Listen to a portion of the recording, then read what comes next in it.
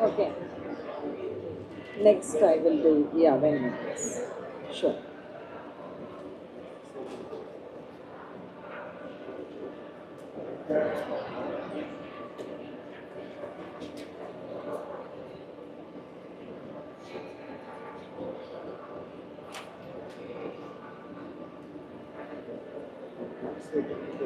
Yeah.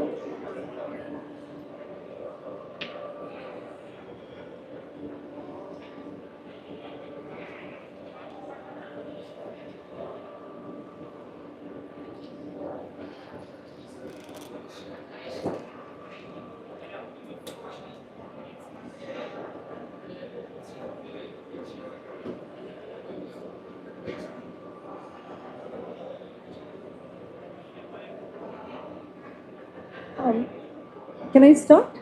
Okay. Good afternoon, everyone. So we are going to start this session at 12:15, and we would end the session at 1 p.m. The topic of this discussion would be circular solutions, waste management and recycling for a climate positive future. Now, that is the most important aspect, that is climate positive future.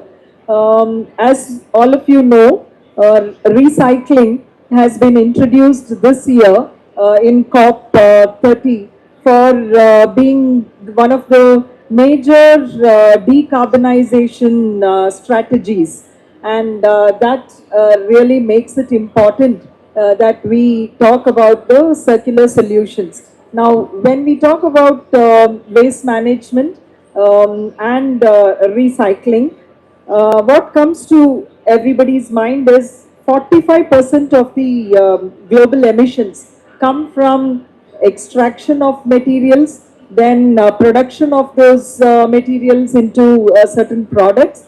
After that, it goes into consumption, that is, we use the products, and finally, it becomes waste. So, in all these aspects, we have certain emissions, and that contributes to almost 45%. So, when we deploy circularity, that is where we can actually have all this reversed. And that's the reason why circular economy is one of the most important strategies or methods which we can use for decarbonization. And that's the reason why we have this session here today.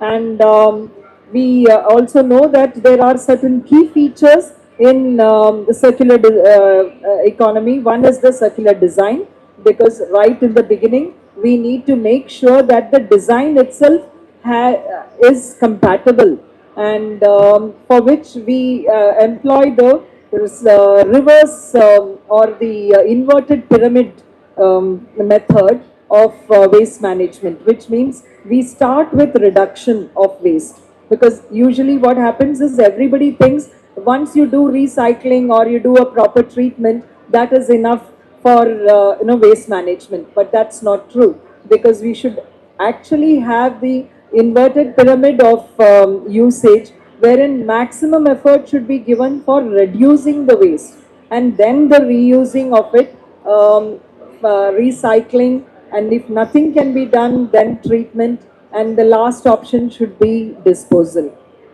So if we are using these, so the first one would be for better design, then decarbonizing the recycling itself, because how much less can you have energy usage in recycling? What kind of better technologies we can deploy? So that is also renewable energies. The next one would be the financing policy enablers, and for that it would be viability gap funding, because today what happens is most often these technologies are not really economically feasible. So we need some kind of an external subsidy or viability gap funding which is necessary, and also the EPR principles.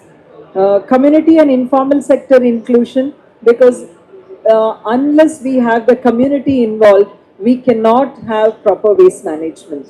And that's an important aspect which anyway we will be discussing.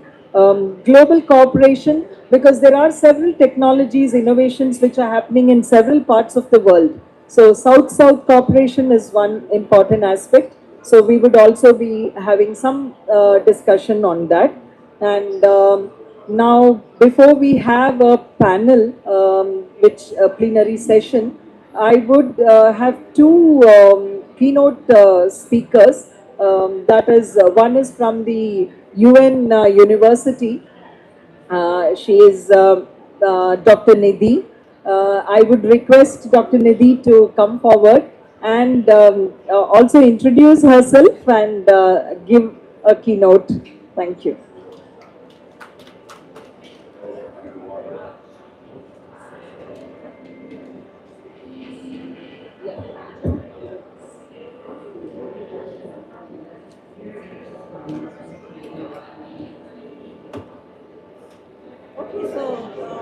Thank you so much for inviting me to share some insights, couple of words about me and our institution. My name is Nitina Gabatla. I'm the program head for Nature, Climate and Health program at United Nations University in Belgium. We are the UN think tank and we work on science, society interfacing and science policy interfacing. So taking science to the policymakers and also taking science to the societies.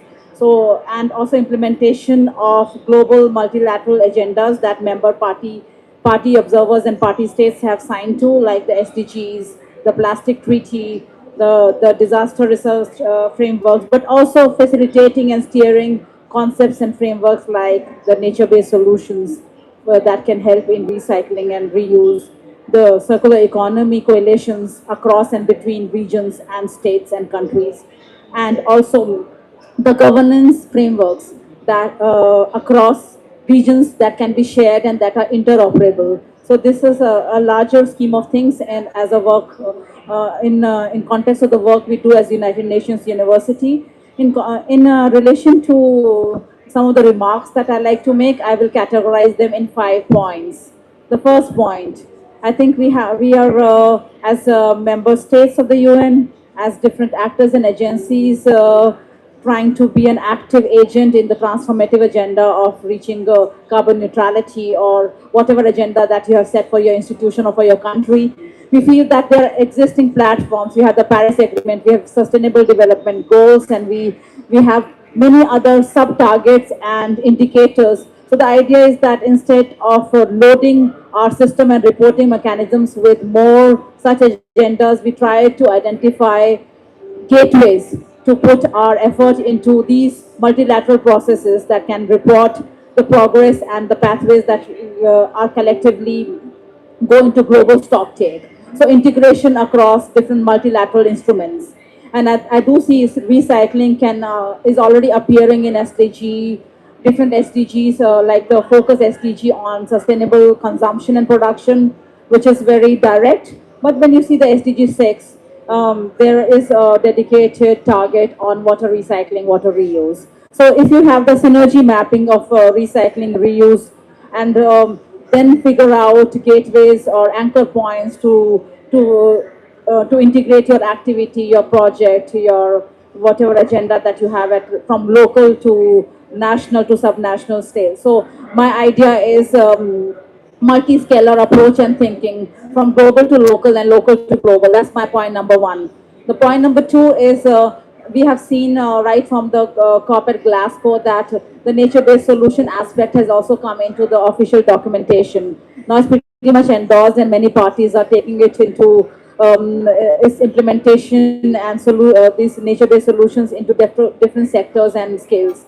So can recycling be also a part of this discourse? And I can, as a water scientist, I like to quote specifically the wastewater treatment plans. There are plans for recycling water, maintaining water quality, but they also qualify as nature-based solutions. So already you can see synergy mapping. So my second point is synergy mapping. So you are able to again report whatever you're doing at different levels to make a global stock take on this big agenda of recycling and circular solutions. Point three, which is directly related to the topic we have in hand today, is the circular economy coalitions. And I can speak about the European Union-led Global Circular Economy Alliance, which is now member of 16 to 18 countries, both from Global North and Global South are members. They have a one-page target agenda with indicators on how to materialize this across sectors. So I would really encourage you to go through the Global Circular Economy Alliance website, download that template on indicators, and customize that template for your context, for your city, for your industry, for your sector. So at least it gives you, it serves as a guiding document. It brings together different practices from different countries, right from Kenya to Canada to EU countries to other countries in global north and south. So my third point is best practices, solution sharing across global north and south, across and between sectors and regions. So we don't reinvent the wheel. We're able to use the finances that are committed to this agenda in a very efficient manner. So focus on efficiency through integration across the circular economy alliances that are already at regions in Asia, Africa. There are circular economy alliances that you can find easily at a click and on your mobile phone. My fourth point, and that is very core to the work we do at United Nations University, is governance structures.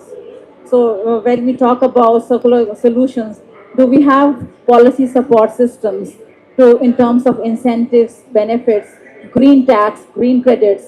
I can talk about an example from Canada where I lived and witnessed and observed some of these discourses being taken from document to action, and we noted that there are these discourses on ESG, environmental and sustainability reporting. However, are there direct benefits that are discussed through lobbying with the tax agencies? So multi-level taxation systems that incorporates incentives, and that's my fourth system. And this is possible when you do lobbying and you do negotiations between different actors involved in the recycling sector. If you talk about the water recycling, you have to lobby with the Ministry of Water across the Ministry of Environment, because there are biodiversity gains when you recycle water, and it benefits the ecosystem services of riparian ecosystems, wetlands, rivers, basins, etc. So that's where is the entry for the Ministry of Environment, then Ministry of Taxation, and many other things. So if you're able to do some more of a multi-jurisdictional pathways on how to convert this solution or circularity into co-benefit structuring with defined, pre-agreed, pre-negotiated incentives, then I think it has a longer life than beyond the discussion in this room. And my closing point, and I'll not take more than what I've been allocated, is that I think focus on SDG 16 and 17, cooperation, partnerships, and policy incentives. And if you can design toolkits, because maybe some industries, some corporations have a better R&D money. If they have a toolkit, they can design and lend a hand to medium to small scale industries who are also very keen to become a part of the discourse. Please try to create such toolkits or lobbies for bridging the financial gap between large corporations to SMEs. Thank you so much.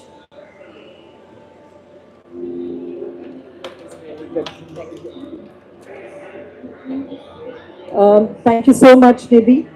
Next, we have another keynote by Dr. Vincent Ongusa Oibe. He is the Principal Research Scientist and National Program Coordinator of Climate Change Research Program of Kenya.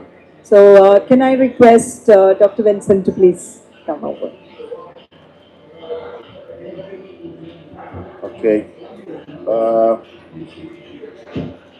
Yeah, thanks a lot, Paul, again for the opportunity, and apologies for getting late. I've been in the negotiating room, and the steel is getting hotter, so I had to crash, so as we can be able to discuss on this very important subject matter about circular economy. As you have heard, I'm focusing on climate change issues, and therefore I desire to contextualize the issue of the waste management from the policy perspectives.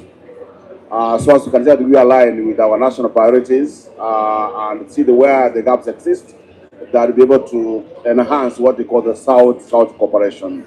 So in this context, I look about the genesis under which you can align the West management into policy is primarily in the context of where we are in this particular setup of the climate change negotiations that primarily aligns with the Paris Agreement and will focus on the issue of nationally determined contributions. As you recognize that each country, for example, in Africa and other areas, we, through the NDCs, we have been able to identify which sectors, for this case, actually forms the source of the greenhouse gas emissions, which again resolves in the issue of rising of the global warming.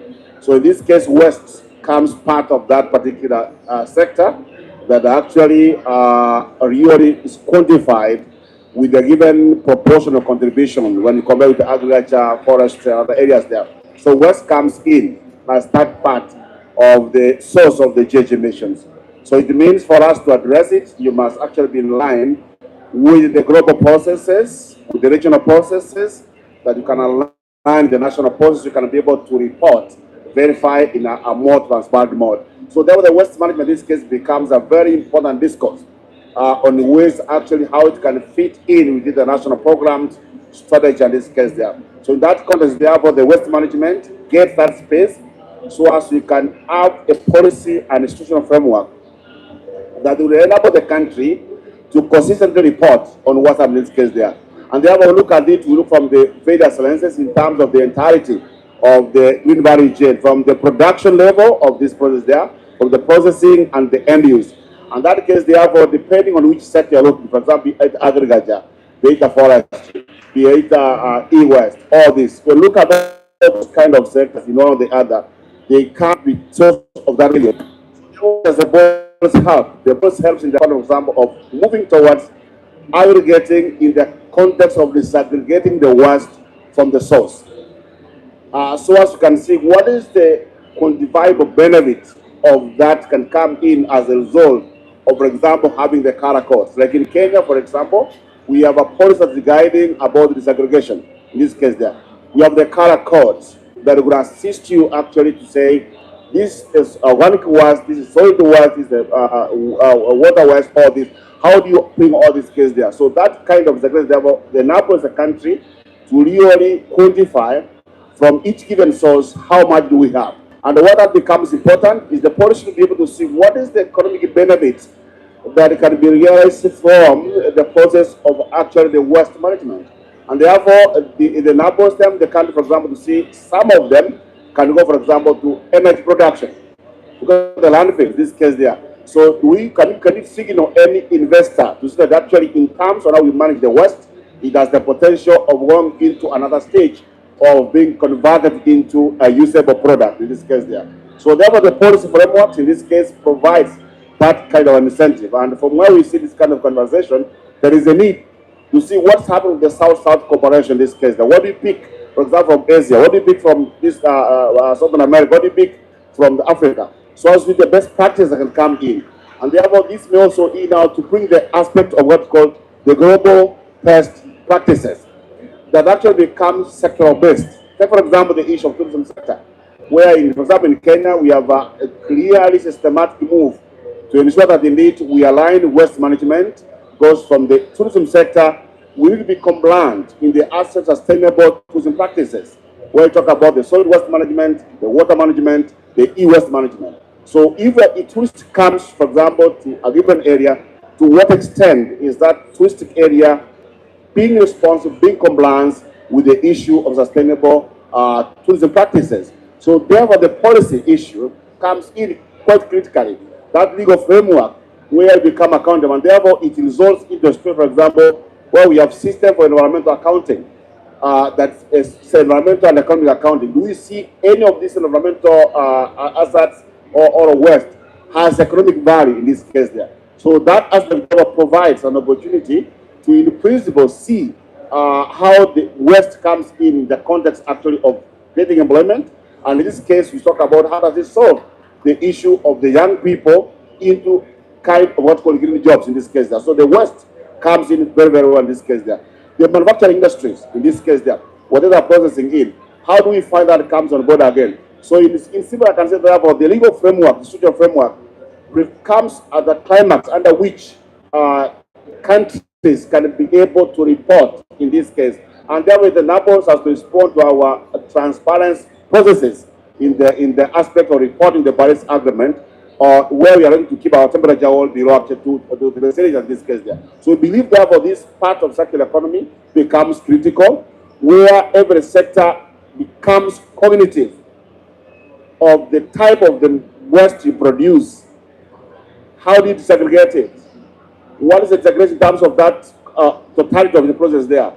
What is the, for example, economic sense does it bring in the context of adding other opportunities along that case there? So that's the power of having a legal framework, policy framework that actually signals any investor in this case there. Lastly, the beauty of this case there is the policy actually, it brings in the element of public-private partnership, where we have every player sees where the countries, our framework under which they can venture and get together in actually solving the issue of environmental integrity through a robust legal framework. So that brings in very well there.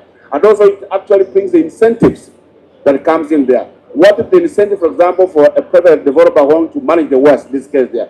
The subsidies may come in this case there. You bring the element of employment creation, and actually the market opportunities comes in around this case. There can be sustainable solutions that can actually be in line with the environmental integrity. So that's the power of policy, and I've looked at from the Kenyan perspective, from East African perspective, and other areas. That's the trajectory that actually align to, and more so in line with the issue of the protocol that you might request. Thank you very much for that opportunity. Thank you so much. Thank you so much, Dr. Vincent.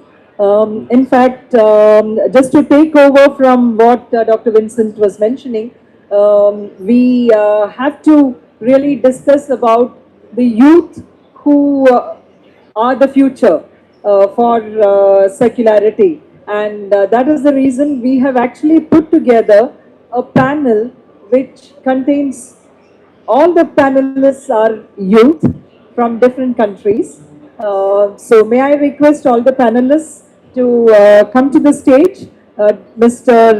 Rahul Gaur, Ms. Megan Chan, Mr. Ransford Saki, Mr. Kayode Emmanuel, and Mr. Boy Himshek. Please come over to the dais.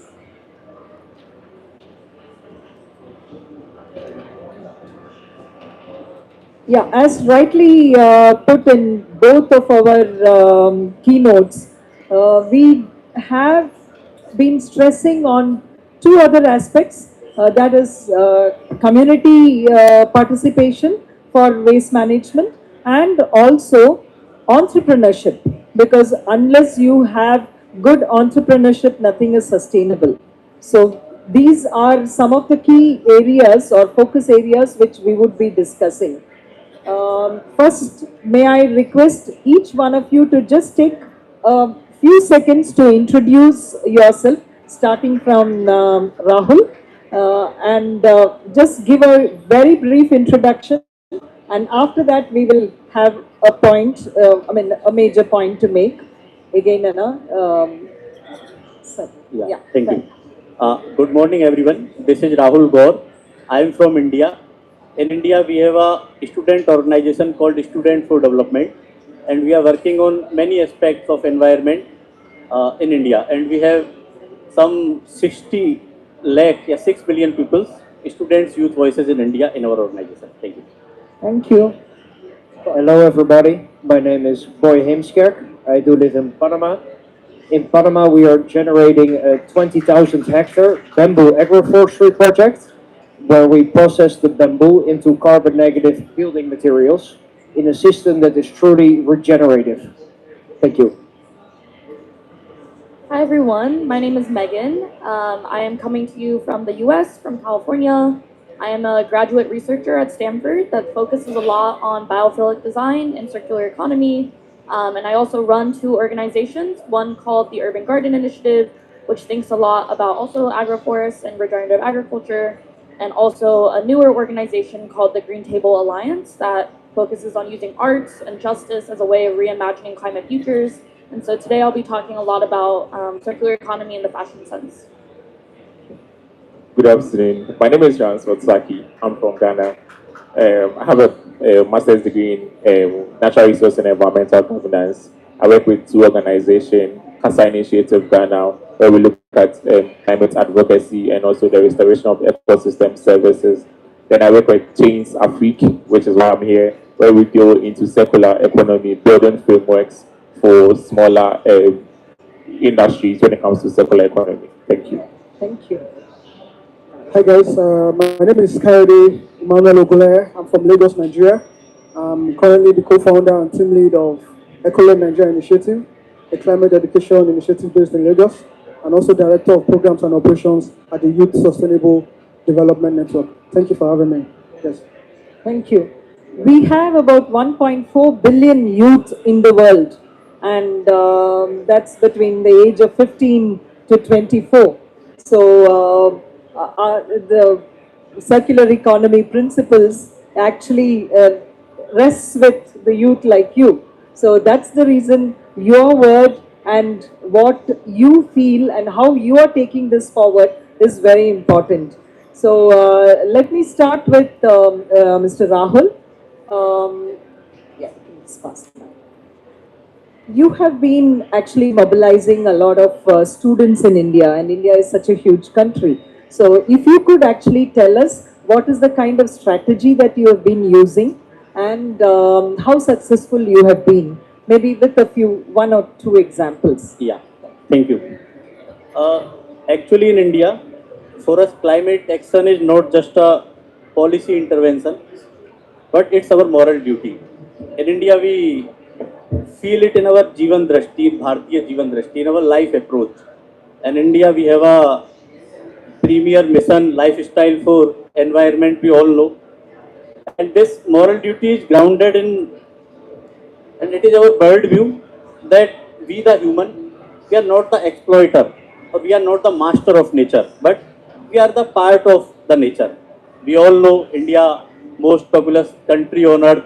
We have some 1.4 billion people and they generate some 62 million ton of municipal solid waste every year.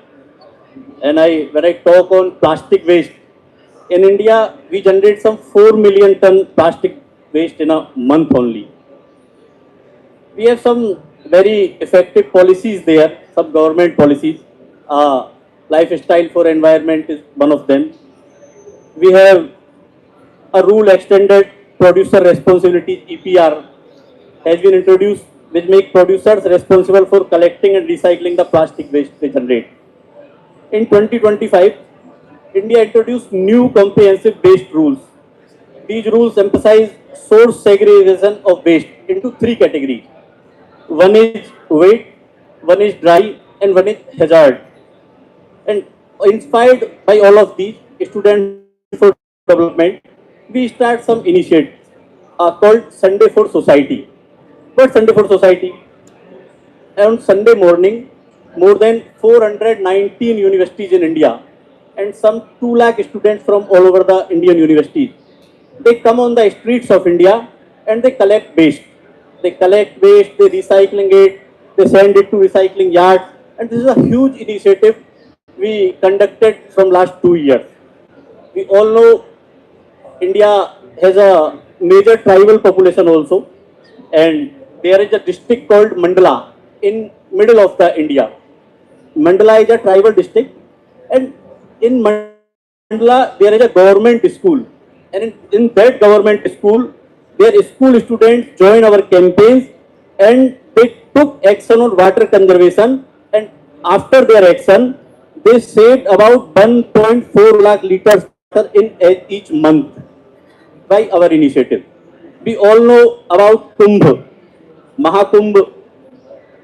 We know that Mahakumbh, the world's largest spiritual gathering, held once every 12 years in India, welcomed over 60 crore of devotees of holy bathing. And during this mass mega event, our one of initiative Paryavaran Sanrakshan Gatividi, PSG, initiated a campaign Ban Thali Ban Thela.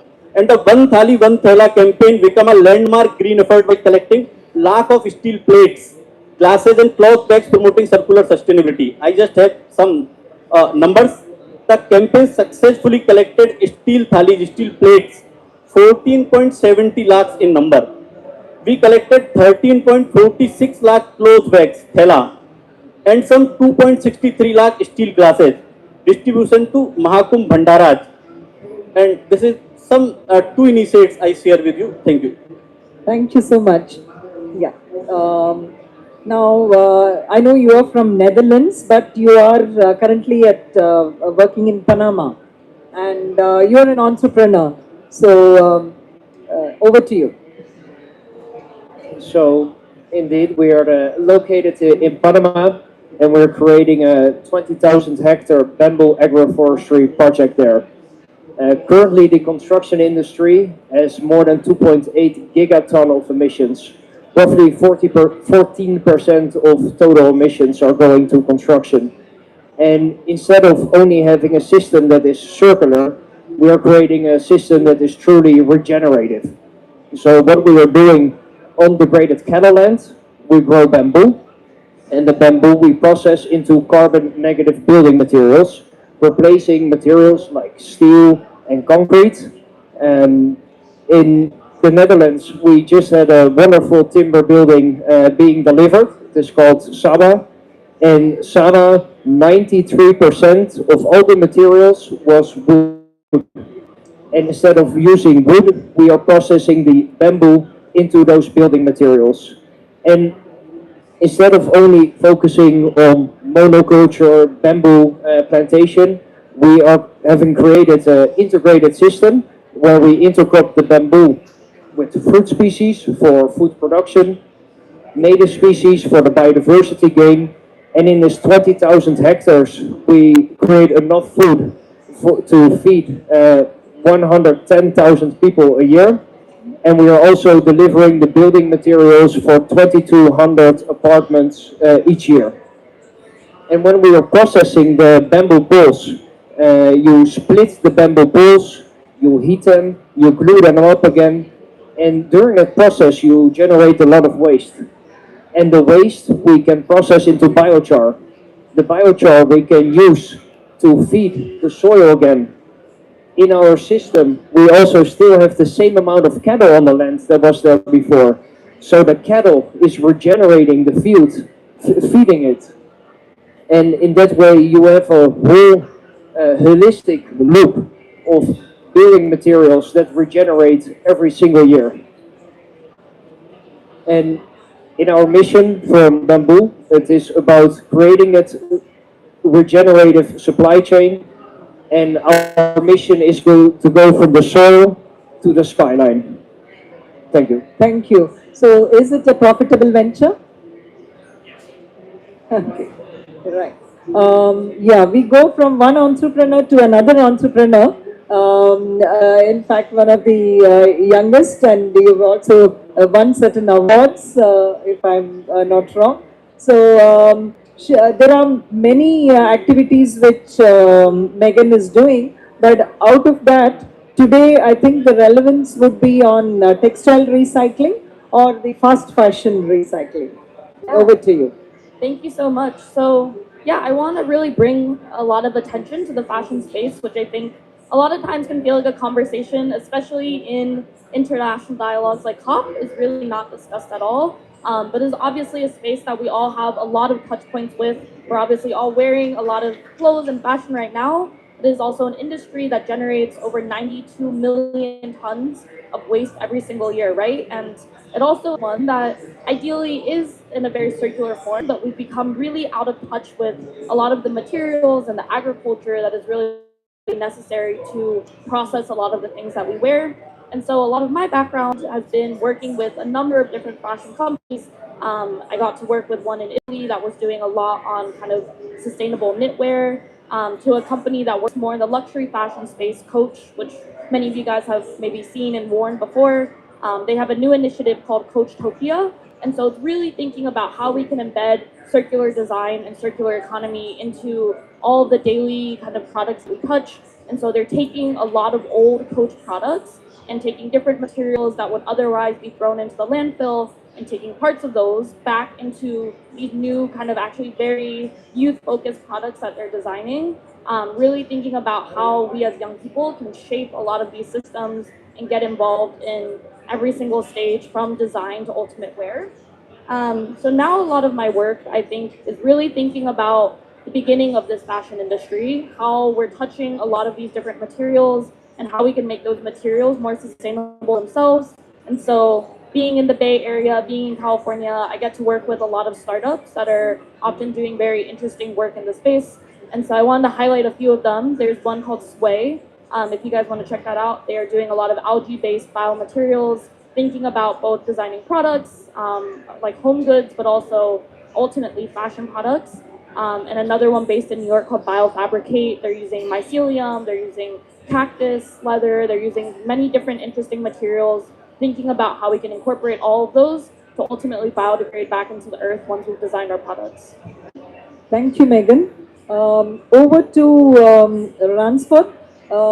Again, after Rahul, he's doing it in India, but I think you have a youth council which you are driving in Ghana. So, over to you. All right, thank you very much. So, coming from Ghana, Ghana produces about 12,000 12,000 tons of waste every day. Yes. However, only 10% of that waste is recycled. That leaves chunk amount of our waste lying in our roads, in our seas, and all that. So talking about seas, one innovative project that NetCycle we are doing, we call it one innovative project that Chains Africa we are doing, we call it NetCycle. So with NetCycle, what we do is we go along the fishing communities of Ghana, we collect all these abandoned waste nets, then we recycle them. We have at touch points at every community. So the fisher folks bring their waste instead of them leaving it discarded in their communities. They bring their waste to our high touch points. Then we collect them. So it's like a payback. Then we give them incentives. Then we recycle this waste into watch bands, into glasses, into all. We even ship some of these nets to Africa, where BMW uses it for their interior and everything. So the net doesn't go into our seas to pollute our seas. So we are making a market for these nets. The next one we call it tidy creeks. So with tidy creeks, what to do is when you look at the Ghana water bodies, you look at the lagoons entering into our seas to find out that most of them are choked with waste. So with nets change and what to do is again we are going along the water bodies of Ghana and we are collecting all the waste there. So last month that was our maiden project. So we went to the lagoon. We collected all the waste around the lagoon. We do that in conjunction with the community members, just so that we have that community buy-in to our project. Yes, and for policy areas. So next cycle is again we are championing. We are leading the country when it comes to the production of the EPLs. Yeah. So Ghana is now forming the EPL. So we are consulting. The government of Ghana is consulting with us to help them in the formulation of that EPL. So in short, that is, and we do a lot of ESG trainings in Ghana as well. So in short, that is what Chains Africa we do in Ghana. Thank you. So is this a funded project? Or No, how do you generate the revenue for it? So most like the ESG training, most of them is paid, and the participants pay for. But with the net cycle, as I said, we ship the nets to Europe. Then the market brings us the money. So most of them is internally driven. So we bear the cost like of a shipping. social entrepreneurship. Yes. So we bear the cost of shipping and everything. Yep. Thank you so much. And last panelist, but not the least, is Mr. Emmanuel. And you are from Nigeria. So yeah, let's hear what you have in store. Okay, thank you so much. Very beautiful audience. I'm going to be looking at this or talking about this from the Global South perspective. And it's not so far-fetched to note that the Global South, most countries in the Global South are very in tune with improper waste management schemes or structures. So we find ourselves, our streets, our communities littered with waste due to the fact that most residents are more focused on survival than living sustainable lives. So my initiative, which is the Ecolab Nigeria initiative, is very pertinent on ensuring that we can train and empower communities, empowering them with skills, knowledge, resources about all of these issues so that they can live a more sustainable and a more better life for themselves. So it's very important that we are able to harness this because they may not even understand that all of these attitudes or behavior patterns that they inculcate has a very huge disadvantage, not just to themselves, but to the world at large. So it's very important that we are able to address climate literacy and knowledge gaps that comes from all of this, their lives, their lifestyles primarily. Thank you very much. Thank you. So for all these kind of technologies, you have also done some technology transfer, isn't? How did you? What is your experience on that? Because you have been to Europe and taken the technologies from there. Okay, I think based off what you've shared, that's why we come for all of these global conferences. Because aside all of the negotiations, all of the conversations that go around, we focus more on partnerships, collaborations, networking. We find that we know that most countries are doing better than others.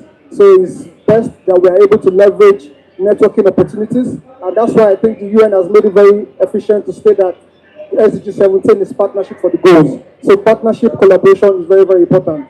So as long as you're able to secure viable partnerships, networking with countries or developed countries who could help or assist in ensuring that all of our climate goals are in alignment. So discuss and ensure that there's technology transfer, there are capacity building sessions to ensure that both developing and underdeveloping countries are at par and in aligning with their climate goals primarily. So Thank you very much. South-South cooperation is something thank which you very we much. will definitely. Thank you. Thank you so much. That was very insightful. In fact, on various different kinds of recycling is what we heard. Now the floor is open. We have 5 minutes. So if you could give your reaction, maybe. Please to come forward. And you can also introduce yourself. And Hi, good afternoon.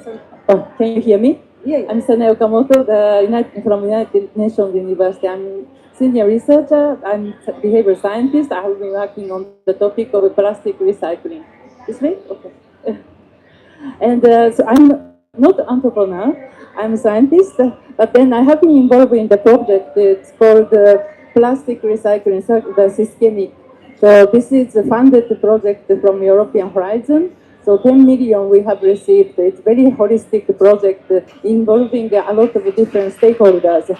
So starting from one of the largest petrochemical industry from Saudi Arabia, which has the factory in the region, the southern area of the Netherlands. Together with this company and also the local university, local schools, local municipalities, local businesses and NGOs, like all very inclusive projects we have funded. And so this is a very different types of approach we are trying to do, very holistic, starting with developing new technology of chemical recycling, which is very effective, cost effective, but also production-wise very effective method of recycling methodology of plastics.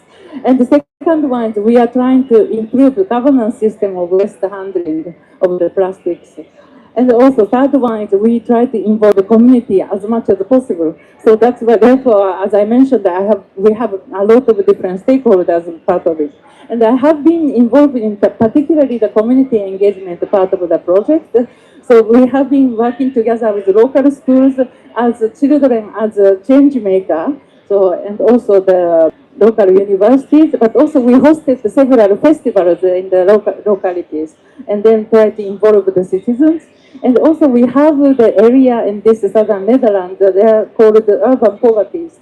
And we recruited the local pensioners, all the population elderlies, as the waste coach. We trained these people as waste coach, and then asked them to visit the different households to teach and explain how to sort plastics. Because plastics can be very useful. If you can sort and clean it very well, then you can use it as new resources for making new plastic products. Then we found out what would be the most challenging from all the different approaches of plastic recycling is the awareness. So as some of the panelists mentioned, the partnership is very important. So partnerships also like create stronger awareness. So awareness is very important. Community awareness, business partners awareness for like methodologies. And another challenge we found was long-term impact. So this project has been going on like a couple of years, but then we don't know how it will be in 10 years or 20 years. So how we can make this effect and our strategies, our effort last longer is the next challenge. So we are trying to do our best to make it longer impact. Thank you very much. Thank you. So what was missing was academic angle. So that's something which you have also mentioned. Is there any other? Yeah.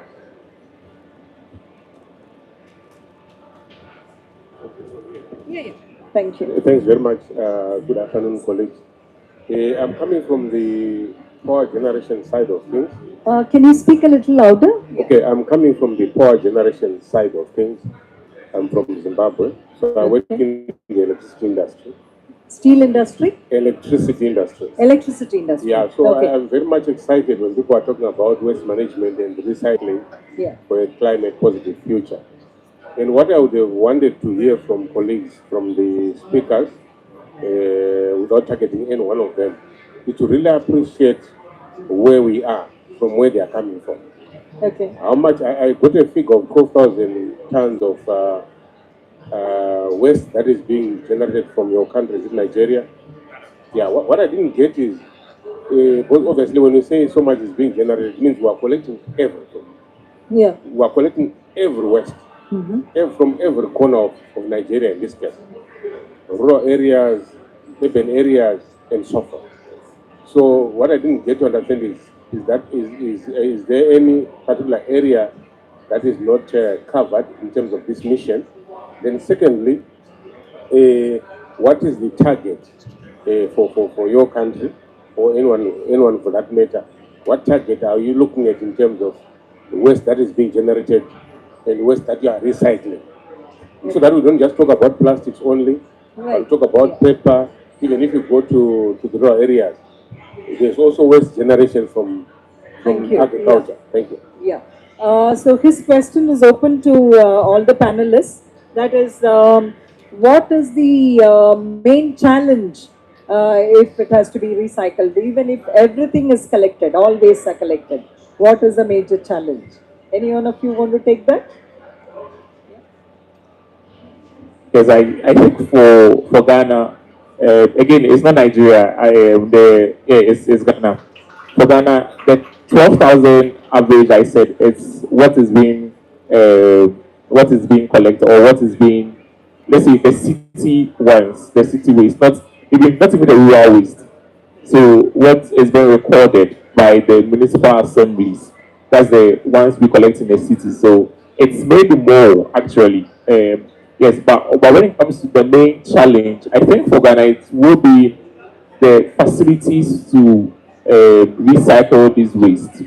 We have Zoom Lion that are doing their maximum best they are doing, but it's just one organization. We have other smaller organizations, but we don't have a very huge plant that we say that okay, for this plant can recycle like 10,000 tons every day. That is what is missing in Ghana. And also that behavioral issue in Ghana. because there is no segregation policy on waste segregation. Yeah. So anybody at all can, if I have my organic and plastic, I just mix them as one, and Yeah. and it makes it very difficult for waste segregation at the even at the end points. So these I are think, challenges. paucity of time, I think you have actually nailed the point. Segregation is the most important aspect. That's not just for Ghana, but for every country. Because the maximum that you can segregate, then the best recycling you can achieve. So I think with that note, we can close this panel discussion. In fact, thank you very much. All the youngsters here, we really do have a very good future because you are looking at not just the theoretical aspects, but also going forward and implementing it, because we know that the Brazilian COP, the COP 30, is termed as the implementation COP. And for this implementation COP, they are the future. And with that positive note, let's close this panel. Thank you very much for all of you audience also participating. Thank you. Yeah, we'll take a photo.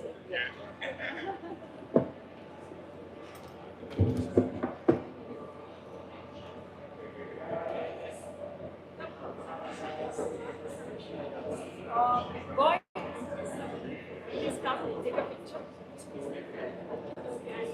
Yeah, yeah. Come.